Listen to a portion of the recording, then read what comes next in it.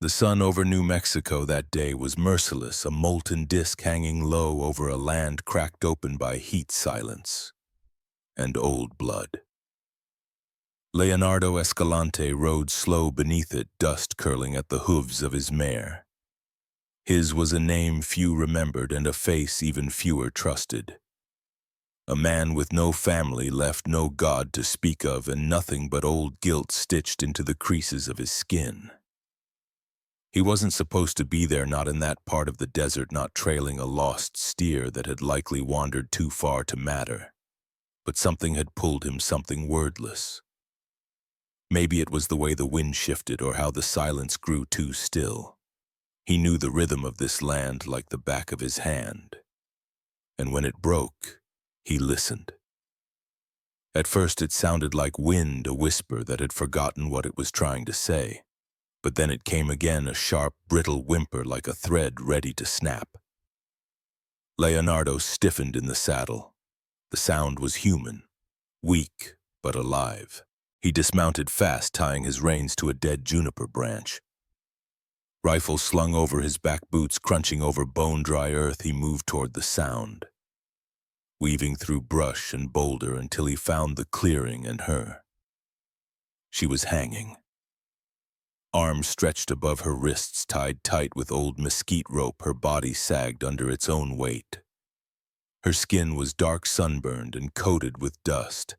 Blood had dried around her mouth. Long black hair clung to her cheeks, tangled with sweat and grime. She looked no older than 18, but her body was limp, as if the will to resist had been baked out of her. Above her head, nailed crudely to the bark of the cottonwood tree, was a sign. Faded red letters screamed across it, "White justice is final." Leonardo's gut twisted. He staggered back a step, bile rising. The air around him thickened, not with heat but with warning. This wasn't just punishment, it was a message, a trap, a curse left in plain sight. He scanned the ridgelines, every bush, every stone. Nothing. No movement. Just the wind and the girl barely breathing. He approached slowly, hand instinctively brushing the handle of his knife. "Christ," he whispered under his breath. "What the hell did they do to you?" She stirred faintly, her head lolling forward. Rope burns flared raw and angry across her wrists. Her chest rose in short, stuttered breaths. Leonardo's fingers trembled as he reached for the rope. That sign haunted him. It brought back screams he never silenced, people he didn't save. He hesitated, but then she groaned again, soft and human and breaking. It unraveled something inside him. "I ain't like them," he muttered almost to himself. The blade hissed through the fiber. The rope gave way, she collapsed, and he caught her just in time. Her body was fevered light, too light. He cradled her against his chest, felt the fragility of her bones and the fire still burning inside her.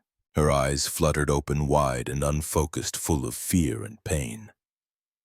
She didn't speak, just gripped weakly at his shirt. Leonardo looked once more at the hateful sign nailed above where she had hung, then at the girl now in his arms. "You got a name?" he asked gently. No answer. He exhaled. "All right," he whispered. "Guess we'll find one for you." And with that, Leonardo Escalante stepped back into the desert, carrying Kaya, a girl left to die for someone else's war, and the heavy weight of a choice that might finally make him whole again.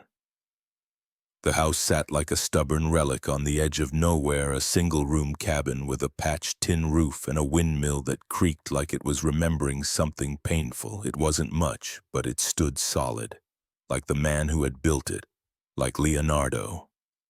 He carried Kaya inside as the sun slipped behind the mesas, her fevered body cradled carefully in his arms. She was barely conscious, her breathing shallow, but her hand never let go of his sleeve. That small grip undid something in him, made him move gentler, made him forget for a moment the weight of what he didn't say. He laid her on the only cot and knelt beside her, pouring cool water into a basin and dabbing it onto a strip of cloth. Her skin was cracked and burning. Every inch of her body told a story of pain. Sun exposure rope, burns, bruises that bloomed along her limbs like warnings. But she was alive. "I ain't gonna hurt you," he said, not expecting an answer. The words were more for the walls than for her. "Just cleaning up a bit." She didn't respond, just watched him through half-lidded eyes, dark and alert like an animal that had been hunted too many times to ever rest easy. He worked in silence, hands steady, cleaning the blood from her wrists first, then the dirt from her face. When he touched her ankle, swollen, rope-bitten, she flinched but didn't pull away. He paused, waiting. Only when her shoulders eased again did he continue. Outside, the desert breathed in the hush of nightfall. Coyotes howled in the distance. The wind played across the dry earth, whispering through the gaps in the walls. Inside, Kaya watched him like she was waiting for him to break a promise he hadn't yet made. When he finished tending to her feet, he wrapped them in soft linen and tucked the blanket around her shoulders.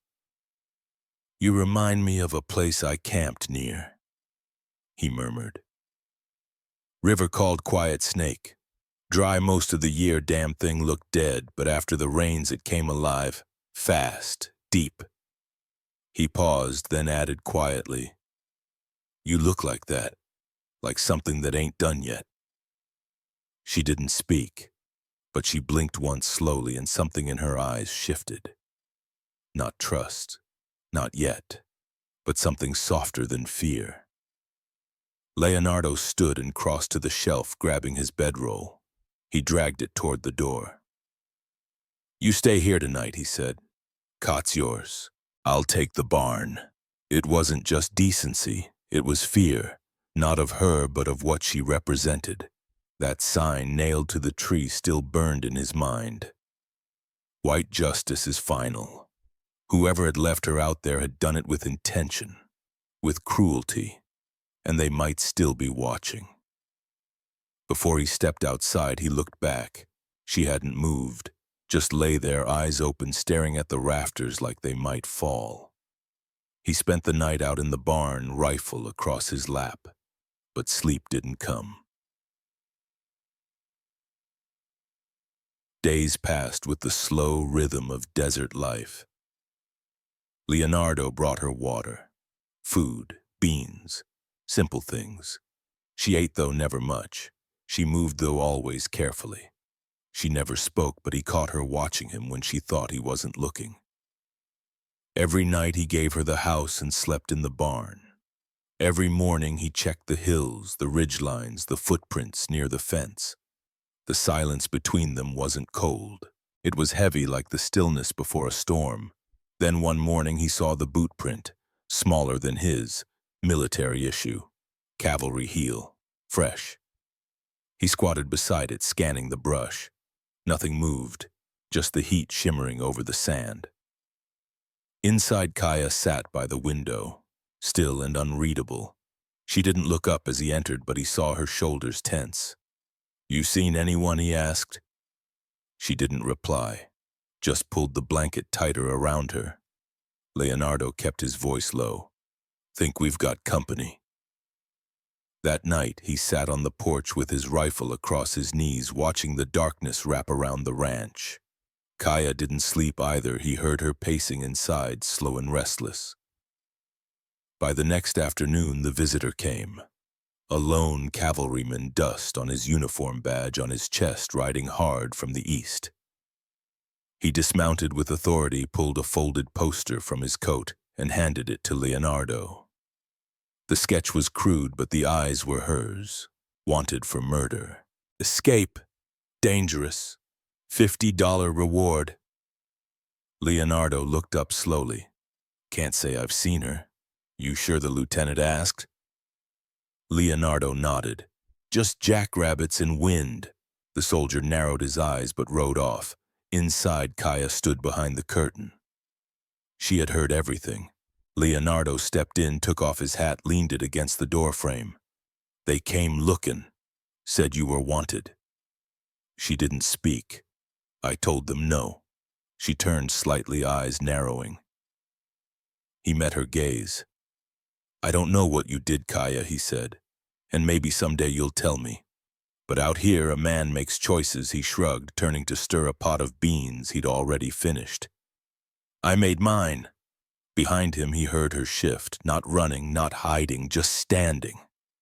And in that breath, in that unspoken acknowledgement, something between them cracked open.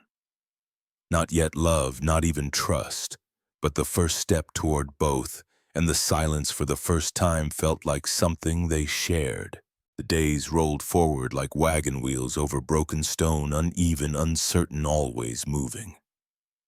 Kaya was no longer just a shadow in the corner of Leonardo's cabin. She had begun to move with purpose, feeding the chickens, sweeping the porch, stirring beans without being asked. She still hadn't spoken much, only a few hushed words here and there, but her silence no longer bristled with fear. It held something different now, waiting maybe, or mourning. Leonardo didn't press her. He respected silence, knew it better than most.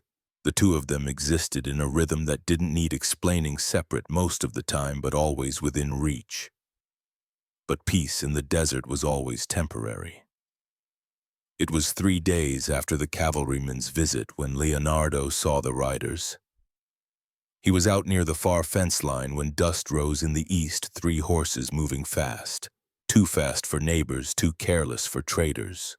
He watched from the rise, jaw set, one hand resting on the Winchester slung across his back.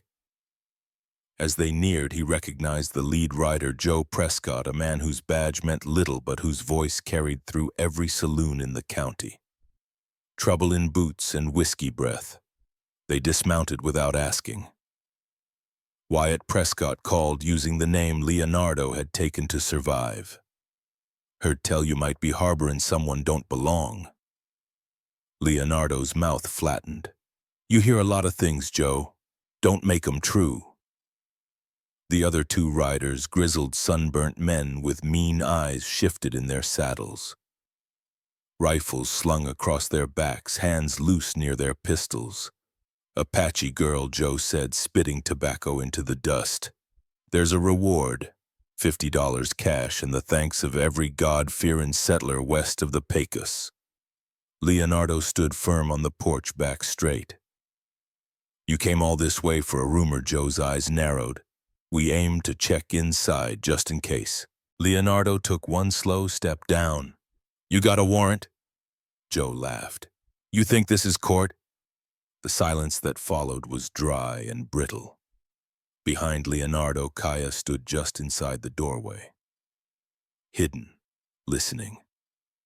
"I'm the only one lives here," Leonardo said. "Ain't no girl, just ghosts and goats." Joe studied him a moment longer, then gave a tight nod. "If you're lying, you'll burn with her." They rode off without checking, but their message was clear. They'd be back with more men and less patience. That night, the fire crackled behind the barn. Leonardo sat alone, an old wooden sign in his hands, the same one he'd pulled from the tree where he found Kaya. "White justice is final." The paint had faded, but the words still bit. He stared at it for a long time, fingers brushing the rough wood.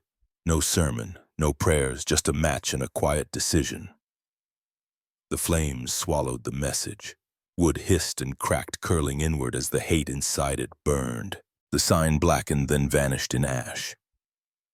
Behind him, quiet footsteps. Kaya stood there, wrapped in his old coat, eyes fixed on the fire. She said nothing, just stepped closer, shoulder brushing his. "I should have burned it sooner," Leonardo murmured. She didn't answer, but her hand clutched the coat tighter. And when she whispered, "Thank you," it landed heavier than most things shouted. The next morning, the wind didn't move. The stillness was thick, the air taut like a wire stretched too tight. Leonardo rose early, packed biscuits and jerky into a saddlebag. They couldn't stay. Kaya stood by the fence, hair braided back her face, quiet but clear. We have to go, Leonardo said, strapping the last pouch. Tonight, she nodded. Already knew. There's land south of here, he continued. Past the border, Sierra Madre Mountains. Apache live free there still, or so they say. He paused. We can make it if we ride hard. Kaya stepped forward, reached for his hand. You'll come with me? She asked. He looked down, voice barely a breath. If you'll have me. She pressed her forehead against his chest. I want to live, she whispered, her voice thick with meaning, as your wife. That night they left. No note, no fire, just a door left swinging in the wind. They rode beneath the stars, desert glowing silver under moonlight. Kaya didn't ask what lay ahead, she only followed. 10 miles from the border, the terrain opened into dry brush and stone. Leonardo's eyes scanned every shadow. His gut coiled tight. Then came the shot. A crack through the still air. Leonardo jerked, then collapsed sideways off his horse. Kaya screamed, leaping from her mount. He clutched his side, blood blooming red beneath his shirt. Keep going, he gasped. No! Another shot ripped past them, striking rock. 2 riders appeared on the ridgeline, guns raised. Kaya hooked an arm under Leonardo's shoulder, dragging him toward the cliffs. He staggered, every breath wet, vision dimming. They slipped through a narrow stone gap, a hidden pass. Behind them, the gunfire faded. The enemy wouldn't follow into the rocks. Not yet. Leonardo collapsed to his knees, blood dripping onto the dust. Kaya knelt beside him, cupping his face. You said you wanted to be my wife, he rasped. I meant it, she said, her voice shaking but sure. He smiled, bloodied but true. Then we better make it out. And in that godless desert, hunted and bleeding, Kaya closed her eyes, and for the first time in years, she prayed. Not to their gods, not to revenge, she prayed for survival, because love like this was never safe. But it was worth dying for. They left under cover of night when the moon hung low and yellow over the desert scrub. Leonardo packed light dried meat, hard biscuits, 1 tin of beans, 2 canteens, and a Colt with only 4 bullets. Kaya didn't ask what lay ahead. She didn't ask why they couldn't stay. She only tightened the braid in her hair, strapped the knife to her thigh, and followed. Behind them, the cabin was left open, door swinging in the wind. Fire gone cold in the hearth. There were no goodbyes. Only the hush of 2 souls gambling everything on a road made of sand and slants. They rode hard for hours, horses cutting across the flats like arrows through dust. Kaya leaned forward in her saddle, the wind catching her coat, her eyes sharp and unflinching. Leonardo kept glancing at the horizon, his jaw tight. He didn't say it, but Kaya knew someone was coming. By dawn, they were within reach of the southern border, 10, maybe 12 miles away. The land rose in ridges of red rock and sun-bleached stone. Cactus forests loomed like sentinels. Somewhere beyond those hills was a place without bounty posters or burnt memories. Then came the shot, a single crack, loud, close. Leonardo's horse bucked. He cried out and slid from the saddle, slamming hard into the ground. Kaya jumped off her own mount, stumbling as she hit the dirt. He clutched his side, blood soaking through his shirt fast. Keep going, he rasped. No. She dropped beside him, hands pressing against the wound. Another shot rang out, splintering the stone behind them. 2 riders appeared on the ridgeline, their silhouettes sharp against the morning sun, rifles raised. Move, Leonardo growled. We have to move. Kaya hooked an arm under his shoulder, dragging him across the sand. He staggered to his feet, teeth gritted, leaning heavy on her.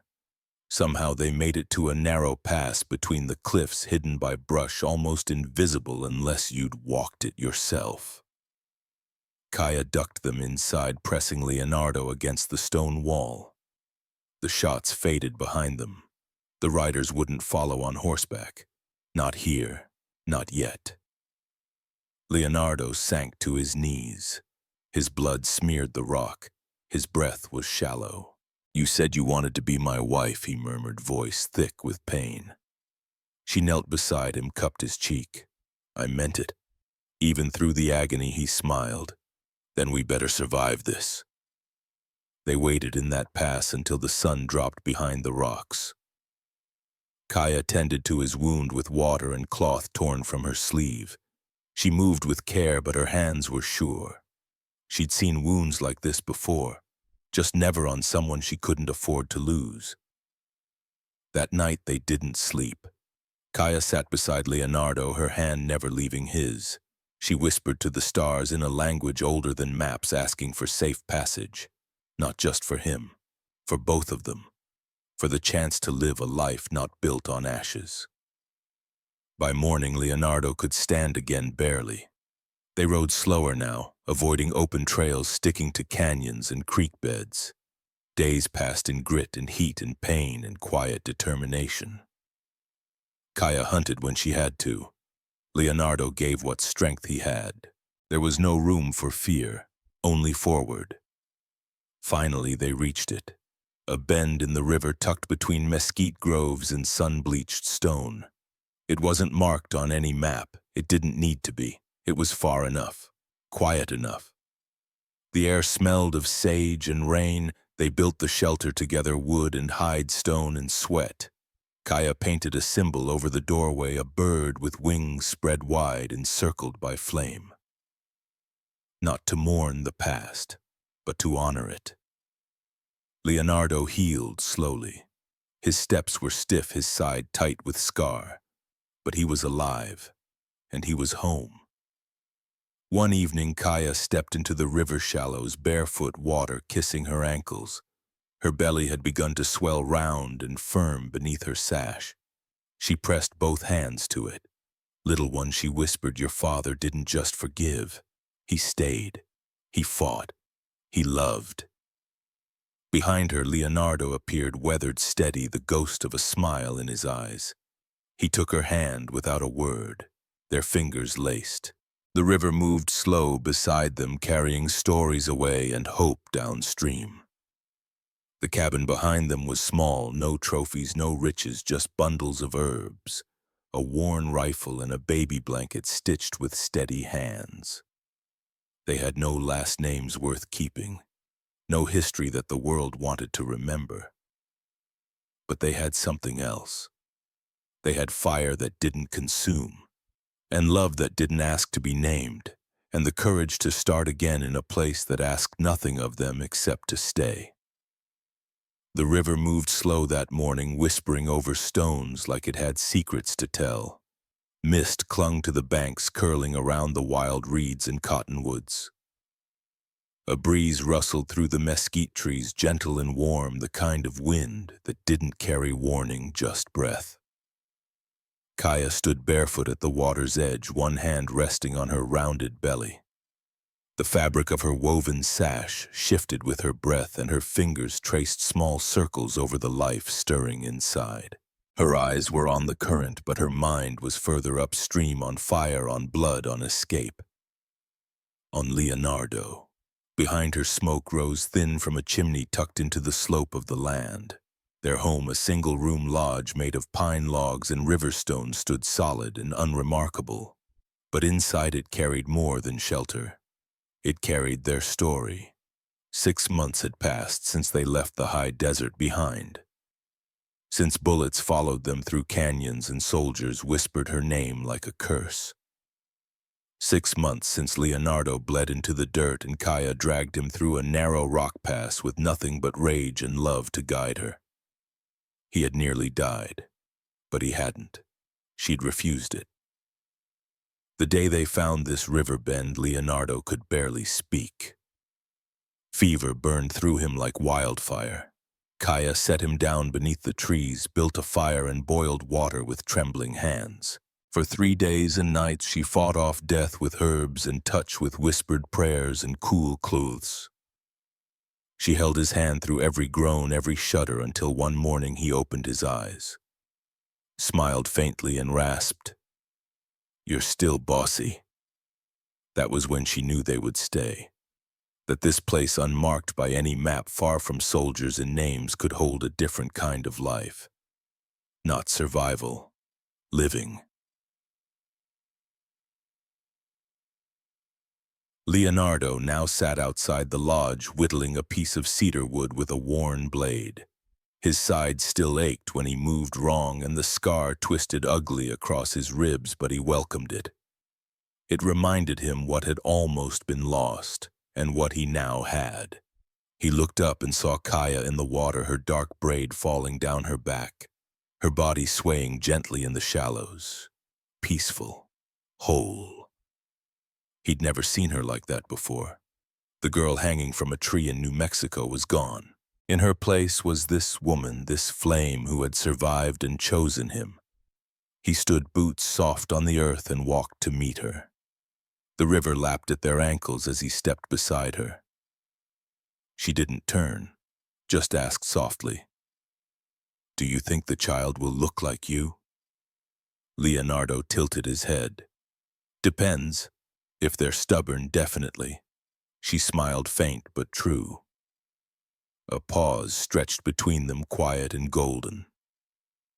"You know," she said, voice lower now, "I never thought I'd live long enough to bring life into this world. Not after what they did, not after what I saw." Leonardo's hand found hers, calloused fingers folding gently around her palm. "You didn't just survive, Kaya. You changed the ending." She finally looked at him, eyes dark as river stone, full of strength earned the hardest way. "Do you ever miss it?" she asked. "The old life? The trail? The noise?" He shook his head. "I used to think I'd die with a gun in my hand and no one left to bury me. Now I get to build a cradle, watch beans grow, listen to you hum." She chuckled. "You make it sound like heaven."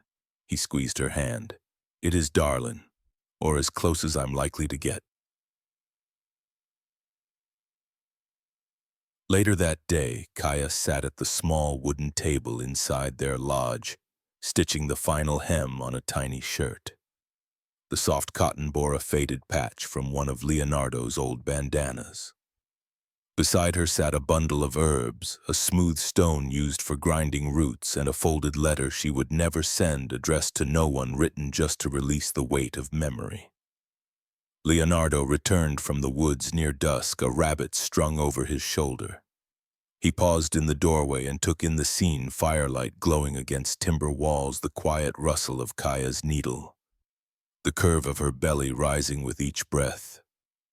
He stepped inside, kissed the top of her head, and whispered, "I saw deer tracks by the south trail. Maybe tomorrow we follow them." She nodded, then touched his arm. "Tomorrow," she said. That night they sat by the fire, not talking, just listening. The crackle of flame, the owl in the tree. The world had narrowed to this safety silence and the slow miracle of rebuilding. Kaya turned to him suddenly. "Do you remember what you called me when I couldn't speak?" He nodded. "Lena." She touched her heart, then reached for his hand. "My name is Kaya, but my father once called me something else, before the burning." Leonardo tilted his head. "Ayita," she said. "It means the one who returns." Leonardo closed his eyes, as if the name itself carried healing. When he opened them again, she saw tears he didn't try to hide. "You're not just returned," he said. "You're rising." Cha-tu-tu-tu. And as the night deepened and the stars blinked above them like old gods, remembering their promises, Kaya leaned into Leonardo, their unborn child warm between them. Outside, the river kept flowing, not fast, not loud, but steady. Like a life earned, like a love no one could hang. The river whispered behind the lodge, soft and steady like breath. Morning light spilled through the stitched seams of the hide flap, casting long slivers across the packed dirt floor. Inside, Kaya sat cross-legged on a woven mat, her fingers slow and precise as she stitched the hem of a tiny cotton wrap. Her belly was round now, the curve of new life resting just beneath her hands. Every few minutes she paused, not out of fatigue but to listen. The birds, the wind, the faint clink of hooves where Leonardo was tending to the new foal beyond the garden. Each sound anchored her, reminded her that they were still here, that they had made it. She hadn't always believed they would. There were nights long ago, but not far enough, when the memory of rope around her wrists still woke her, gasping. There were moments when Leonardo's silence had frightened her more than a bullet. But something had shifted the day he burned that sign, "White man don't forgive," and never spoke of it again. It was not forgotten. It was just no longer needed. Now they didn't talk much about the past. It lived in their hands, in how he touched her gently, even in sleep, how she folded his shirts like prayer cloths. It was understood, not named. But today Kaya felt something stir in her chest, not the baby, but the old ache that comes when something has to be said. Leonardo returned from the paddock, dust on his boots and sun in his eyes. He stepped inside, set down his gloves, and knelt beside her without a word. His hand moved to her belly instinctively, his touch warm and certain. She watched him for a long moment, then asked softly, "Do you remember what you used to call me?" He looked up, brows furrowed, then nodded. "Lena," she smiled faintly. "That name. It kept me alive, I think, when I didn't know who I was anymore." He said nothing, but his thumb brushed gently over her hand. "My real name," she continued, "is Kaya." Leonardo's eyes softened. "It fits. It means she who stays, in my mother's tongue." He repeated it quietly, as if testing it for the first time. "Kaya." She took a breath, and this time her voice carried weight. "I don't want to be Lena anymore. Not even in memory. I want our child to know my name. I want them to know who I was and who I chose to be." Leonardo leaned forward, resting his forehead gently against hers. "Then Kaya it is, and I'll never call you anything else." Outside, the wind stirred the branches of the cottonwoods. Inside, something settled between them, something ancient and true. She placed his hand back on her belly. "What name would you give this one?" He chuckled softly. "Depends. If it kicks like it did last night, I might call it Thunder." Kaya laughed, a real one, bright and round. "No child of mine is named after a storm." He looked at her, serious now. "Esperanza," he said quietly. "It means hope." Her breath caught. "That was my grandmother's name." "Then it's already ours." They sat in silence, the kind that only two survivors can share. People who had once been buried and chose to rise, and just beyond the open flap the river kept flowing. Steady, certain, like a promise. At its heart, the story of Leonardo and Kaya is not just a Western tale of survival. It is a profound reflection on healing, redemption, and the quiet courage it takes to choose love after trauma. Both characters carry deep scars, Kaya the victim of injustice and cruelty, and Leonardo, the man haunted by the weight of a sister he could not save. Yet through their journey we are reminded that healing is not always loud or heroic. Sometimes it is the quiet act of washing another's wounds. Sometimes it is choosing to stay when it would be easier to run. The story teaches us that forgiveness is not erasure. Kaya does not forget her pain, and Leonardo does not excuse his past. Instead, they carry those truths with dignity and still make room for new beginnings. They show us that love, when rooted in truth and tenderness, has the power to restore what violence tried to destroy. In a world where so many suffer in sense, or wear armor to hide their pain, this story dares to say your brokenness doesn't disqualify you from being loved. In fact, it may be the very path through which love finds you. And when it does not demand that you forget, only that you stay, that you hold the hand extended to you, and that you name yourself not by what was done to you, but by who you are becoming. Whether we are Leonardo seeking forgiveness or Kaya reclaiming voice and name, we are all in some way walking beside a river, hoping the current might carry us home. If this story moved you, please like the video, leave a comment below about your thoughts, or what part touched you most, and subscribe to our channel for more stories like this. Raw, quiet, and unforgettable. Thank you for watching.